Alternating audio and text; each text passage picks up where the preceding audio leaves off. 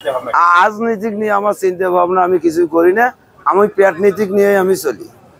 আমি এখানে দোকানদারি দীর্ঘ 5 থেকে 6 বছর করতেছি। এখানে দোকানদারি করি, আমি বাসা বাড়ি 6 জন পরিবার চালাই, পাশাপাশি আমার 2 ভাই আরও পরিবার চালায়। হ্যাঁ, এখানকার লোকজন আমার সঙ্গে ভালো ব্যবহার দেখায়, আমিও তার সঙ্গে ভালো ব্যবহার দেখাই।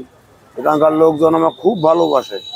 হ্যাঁ, আমরা এভাবেই 6টি বছর থেকে চলতেছি। আশা করি আরও আমরা চলিপিড়ি খাইতে পারবো এখানে ইনশাআল্লাহ। হ্যাঁ, আমাকে লোকজন ভালোবাসে, আমিও মানুষকে ভালোবাসি। খাওয়া পোয়ারাও পাশাপাশি আমাকে ভালোবাসে, খাওয়া পোয়াকেও আমি নিজের সন্তানের মতো দেখি। আমার নাম মোহাম্মদ সিরাজুল ইসলাম, আমার বাসা হইল হারাগাছ, আমার পিতা হইল মৃত্যু আব্দুল শামসুল হক, আমার গ্রাম হইল কাজীপাড়া, আমার থানা হইল হারাগাছ। আমার প্রথম জীবনে আমি লেখাপড়া করছিলাম। লেখাপড়া করার পর যখন আমি বিয়ে শাদীর পর্যায়ে চলে গেলাম, তখন আমার সংসার চালার তাগিদে আমি কিছুদিন দীর্ঘ হারাগাছে বিড়ির কাজকাম করছিলাম। বিড়ির কাজকাম যখন দুর্বল একটু হয়ে গেল, তখন আমি এই টাউন হলের সামনে আমি চা বেচাই, পুরি সিঙ্গারা বিক্রি করি। এলাকার লোকজন আমাকে ভালোবাসে, আমিও লোকজনকে ভালোবাসি। এভাবে আমি 6টি বছর জীবনযাপন করলাম এখানে। ছেলে 2টা ছেলে, আমার একটা বড় ছেলে এখান থেকে লেখাপড়া করাইছি, আইএ পর্যন্ত লেখাপড়া করছে। ছোট ছেলে এসএসসি পাস করছে, তার বিয়ে শাদী পর্যন্ত এখান থেকে আমি দিছি ইনশাআল্লাহ। এখান থেকে আমি কিছু পয়সা খরচ করছি কামাই করিয়ে। এইভাবে আমার পরিবার চলতেছে, আল্লাহ ভরসা করি। রাজনীতিক নিয়ে আমার চিন্তা ভাবনা আমি কিছু করি না, আমি পেটনীতিক নিয়ে আমি চলি।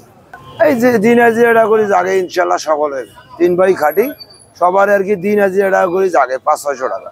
না এরকম সিরিজই নাই, তবে দূর সংবাদ যদি পরিবার থেকে কোনো কিছু শুনি তখনই কাঁদায়, তখনই মনটা কাঁদে, তখনও থাকতে চায় না দোকানে, তখন বাসা যাবার মনটা চায়, উদার হয়। তাছাড়া আমার খুব ব্যবসাটা ভালো লাগে, এখানে ইনকাম আছে ব্যবসাটা, আলাদা লোকজন ভালোবাসে, আমিও লোকজনকে ভালোবাসি। এইভাবে আমার ভালো লাগে জায়গাটা, এই জন্য আমি হারাগাছ থেকে এখানে আসি। এখানে বিপদের সম্মুখীন হয়েছিলাম, ওই যে দেশের সরকার যখন পালবার ধরছিল তখন বিপদের সম্মুখীন হয়েছিলাম, এই গোলাগুলি। তা আমরাও পালে গেছি, স্যারেরা আমাকে পালে যাবার বলছে, আমরা গেছি। সে সময় আমরা দোকানের মালামাল এখানে ছাড়িয়ে রাখিয়ে চলে গেছি, কোনো জিনিস আওতাবার সময় পাইনি। আবার 4-5 দিন পরে আসি দেখি আমার দোকানের 2-3টে ফ্যান হারাইছে, মোটর হারাইছে। আমরা দুঃখ পাইনি, এখানে আমার জানটা বাঁচিছে, এইটাই বড় সম্পদ।